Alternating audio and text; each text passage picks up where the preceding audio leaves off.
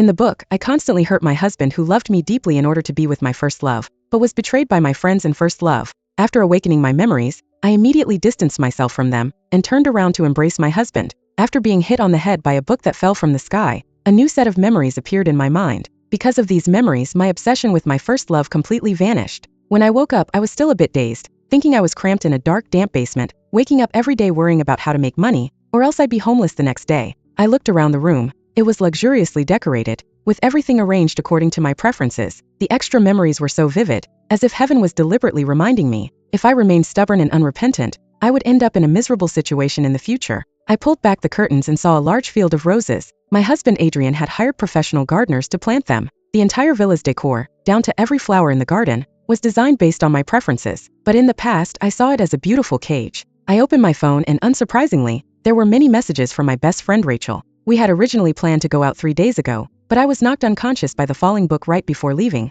so the plan fell through. Hazel, did Adrian lock you up at home again? He's such a psycho. I'll definitely help you escape. Jack is still waiting for you. I couldn't help but laugh. She called Adrian a psycho, but she used all sorts of tricks to seduce him after I left. And Jack, my first love who was supposedly waiting for me, had already dated countless women abroad. In the new memories, I used suicide to force Adrian to divorce me. He was left scarred and broken, but still willing to give me most of his assets. Unfortunately, that money was quickly swindled away by Jack. It was only then that I realized everything had been fake. I hadn't responded to Rachel for 3 days, and she was clearly getting anxious. She kept sending messages trying to drive a wedge between Adrian and me, while painting Jack as deeply in love with me. Adrian is coming back from abroad in 2 days. You'll really have no chance after that. Adrian's whereabouts were always kept secret, yet she even knew when he was returning. It seems Rachel had quite a few spies around Adrian. I pondered for a moment, then opened my chat with Adrian. All the messages were from him, ranging from daily greetings to itinerary updates, but I had never replied. The last message was from last night.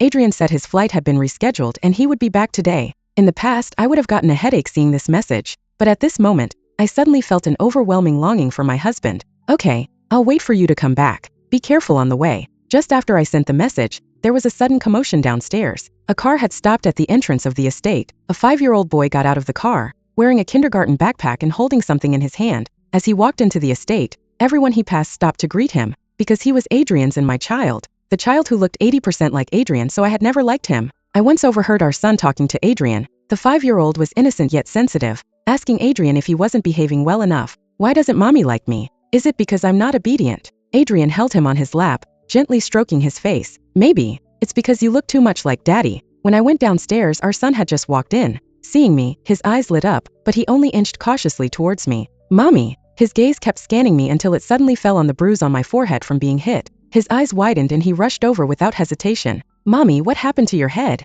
I accidentally bumped my head. Have you been good at kindergarten this week? Looking at his cautious demeanor, I couldn't help but reach out to wipe the sweat from his forehead. Our son was visibly startled, but still nuzzled my hand obediently. I've been good. I even got a gold star from the teacher. The housekeeper watched us nervously and carefully approached. Young master, why don't we go play with your toys instead of bothering mommy? Our son looked at me reluctantly, clearly not wanting to leave, but still let go of my hand. We rarely had intimate moments. In the past, I had mixed feelings of love and hate towards this child, but now I just wanted to make it up to him. Am I not allowed to talk to my own son? I raised an eyebrow at the housekeeper, who flinched and immediately backed away. It seems my past crazy behavior in the villa had left quite an impression, making everyone in the house wary of me. Only my son looked at me in confusion, his chubby little hands fidgeting with his clothes. After a while, I finally heard his tentative voice. Mommy, do you want to see my gold star? I finally noticed the gold star he was holding and nodded immediately. Seeing his face light up with a smile, he happily placed the star in my palm. It's beautiful. My baby is so clever.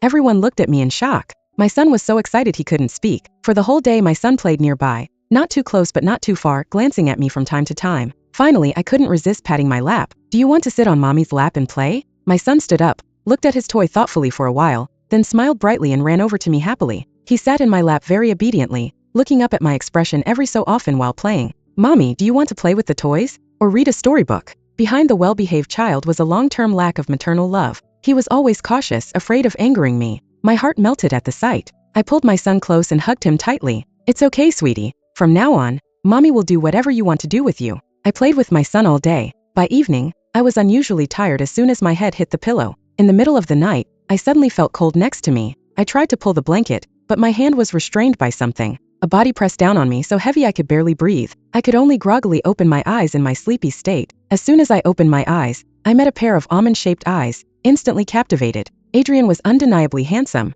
This was something I could never deny. He had alluring almond eyes with a beauty mark below them. The first time we met, I even wondered if fox spirits really existed in this world. How else could a man wearing a complex three-piece suit, covered from head to toe, still silently seduce you with just a glance? Hazel. He softened his voice, husky and magnetic as if bewitching me. It's been a while. Did you miss me? His cold fingers trailed across my face, sliding down my neck, raising goosebumps. Let go of my hands first. My wrists were tied with Adrian's tie. I couldn't move and could only quietly plead with him. Although Adrian was very tolerant of my tantrums in the villa, smashing glasses and crystal lamps, the truly sick one in our relationship was Adrian. He had an obsessive disorder, never letting go of things he was fixated on. He was sensitive, suspicious, and extremely possessive. Once, after arguing with Adrian due to Rachel's instigation, I was directly locked up in the villa by him. Baby, I don't want to do this either. But once I let you go, who knows where you'll run off to? He caressed my face with one hand while skillfully unbuttoning my clothes with the other. Adrian's body temperature was always low. As soon as he touched me, I felt a chill.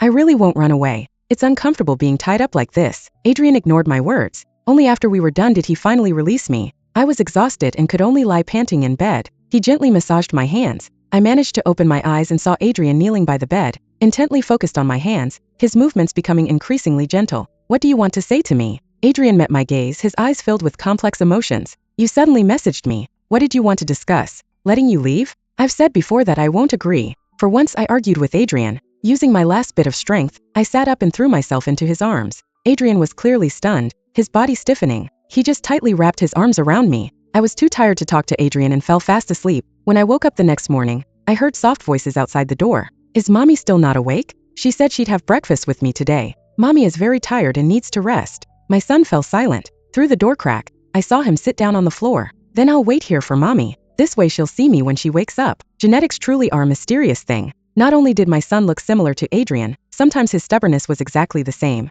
I softly called out baby, and hearing my voice, my son immediately got up and rushed towards the room. Good morning, Mommy. Yesterday's interactions had broken down the barriers between us. My son happily pounced in front of me, his chubby little hands holding mine. Adrian stood at the bedroom door, looking at me with a complex expression. He had tried every way to please me before, even begging me not to leave on his knees. Every time he got close, it only triggered greater disgust from me. So Adrian got used to standing at a distance, just awkwardly staring at me. Well, the best way to deal with an awkward person is to be direct. I looked at Adrian and smiled. Good morning, hubby. On Saturday morning, because of that one hubby, Adrian accidentally knocked over 2 water glasses. By the 3rd time, I finally couldn't hold back. If you don't like it, I won't call you that anymore in the future. I do like it. Good. This time he denied it faster than anyone. At the dining table, the housekeeper brought today's breakfast. I met the housekeeper's gaze. The moment our eyes met, she instinctively avoided it. Mrs. Wood, how long have you been working in this house? Almost 10 years. I used to work at the old mansion, but came here after the master married you.